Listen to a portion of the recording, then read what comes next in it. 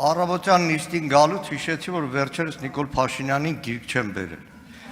Հետս վերցրեցի Թուրք պատմաբան ու Ֆուկուրասի հայկական հարցը եւ Հայաստանի պատմությունը, հայերի պատմությունը, որտեղ գրքի 70%-ը դաշնակցության դեմ հազար տեսակ մեղադրանք է,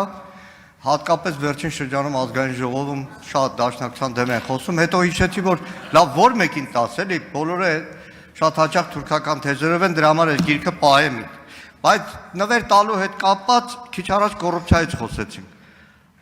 Կառավարության գործունեության քննարկման ժամանակ Նիկոլ Փաշինյանի թիկնազորի միջոցով փոխանցեցի նրան հսկայական թղթադրամ։ Լրագրողական հետաքննությունների ժողովածու, որտեղ խոսվում էր այսօրվա կառավարության, այսօրվա իշխանության, տարբեր անհատների, տարբեր գործիչների, նախարար, պատգամավոր գործունեության հետ կապված անմեղության կանխավարկածը հարգելով ինչ որ հետաքննություններ, փաստական հետաքննություններ, չգիտեմ, կարդացել է Նիկոլ Փաշինյանը, թե չէ։ Օրինակ դա կարդալուց հետո օրինակ կարող էր Հակոբ Սիմիդյանին ասել անմեղության կանխավարկած հարգելով։ Օրինակ այդ ստադիոնի շինարարությունը Աբովյանի ո՞նց է եղել, որ քո ընկերոջ հարևանի ֆիրման է, որ առաջին անգամ այդ մեծ ծավալով է։ Եվ բազմաթիվ նայեք ժողովրդական խոսք է, որ ասում է թղթով ամեն ինչ ճիշտ է։ Մի անգամ Վլադիմիր Մովսիսյանին ասում են այդ փողկապը ով է կաշառք տվել, ասում այդտեղ ասում է ձերը նվերա իմը կաշառք է։ Եվ իրականում գիտեք, նայեք, կարակ ասեք, այ օրինակ վերջերս սննդի անվտանգության տեսության պետին բռնել ենք, մենք կոռուպցիայի դեմ պայքարում ենք։ Բայց ո՞նց է այդ պայքարը լինում, որ այդ պաշտոնյան բոլորին էլ հայտնի է,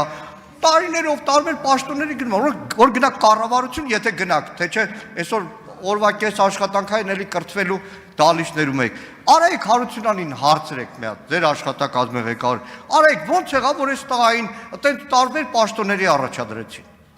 Որովհետև իրականում երբ որ վերջերս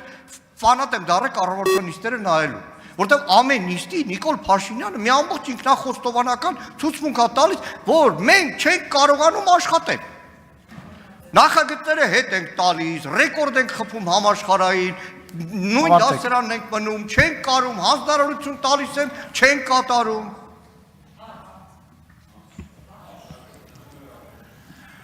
Ռետորական հարցին պատասխանի ելույթով հանդես կգա Հայաստանի Հանրապետության Շնորհակալ եմ, պարոն Մանուկյան, ձեր դիտարկումների համար, ձեր փոխանցած փաթեթը իհարկե դիտարկել եմ եւ արձանագրել եմ, որ դուք միջև չարչարվում եւ պատրաստվում եք այդ փաթեթը ինձ Հայաստանի Հանրապետության անվտանգության խորհրդի քարտուղարը ամեն ամիս երբեմն ավելի հաճախ զեկուցում է գրավոր կարգով մամուլում հայտնված հրապարակված բոլոր այն տեղեկությունները, որոնք վերաբերվում են կոռուպցիոն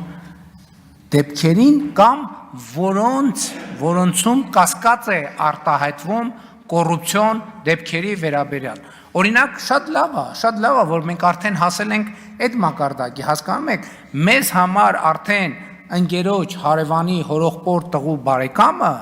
արդեն կոռուպցիոն դեպք է, էլ չասեմ, որ այս դահլիճում հիմա նստած բոլոր մարդիկ եւ այն վերևի դահլիճում եւ վերևի եւ հիմա փողոցով բոլոր մարդիկ ընկերոջ հարևանի բարեկամի կամ ընկեր են կամ քենակալ են կամ խնամի են կամ այսինքն Հայաստանի Հանրապետ ընդհանրապես այսպիսի մի հետազոտություն կա նույնիսկ գլոբալ մակարդակով, որ աշխարհի ցանկացած մարդ աշխարհի այլ ցանկացած մարդու ճանաչում է 7 մաքսիմալ 7 մարդու միջոցով։ Այսինքն ես ողջունում եմ ձեր ջանքերը եւ պարոն Դանիելյանի ջանքերն էլ եմ ողջունում։ Ես ձեզ կոչ եմ անում, որ ի վերջո այո, որ լիարժեք եւ ամբողջական միանակ կոռուպցիայի դեմ մեր կողմից մղվող պայքարին եւ կոռուպցիայի մասին դուք բոլորդ գիտեք,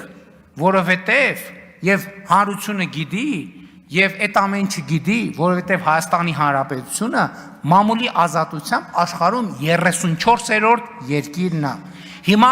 Հիմա ոչ մեկ մամուլի հրապարակումների համար, ոչ մեկ բան խմբագրություններ չեն պայթացնում, լրագրողների չեն նստացնում, լրագրողների չեն սպանում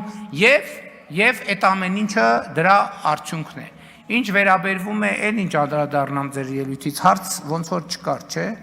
Գիրք, չգիտեմ, եթե բերել եք, շնորհակալ եմ, եթե չեք բերել հաջորդ անգամ, խնդրում եմ անպայման բերեք։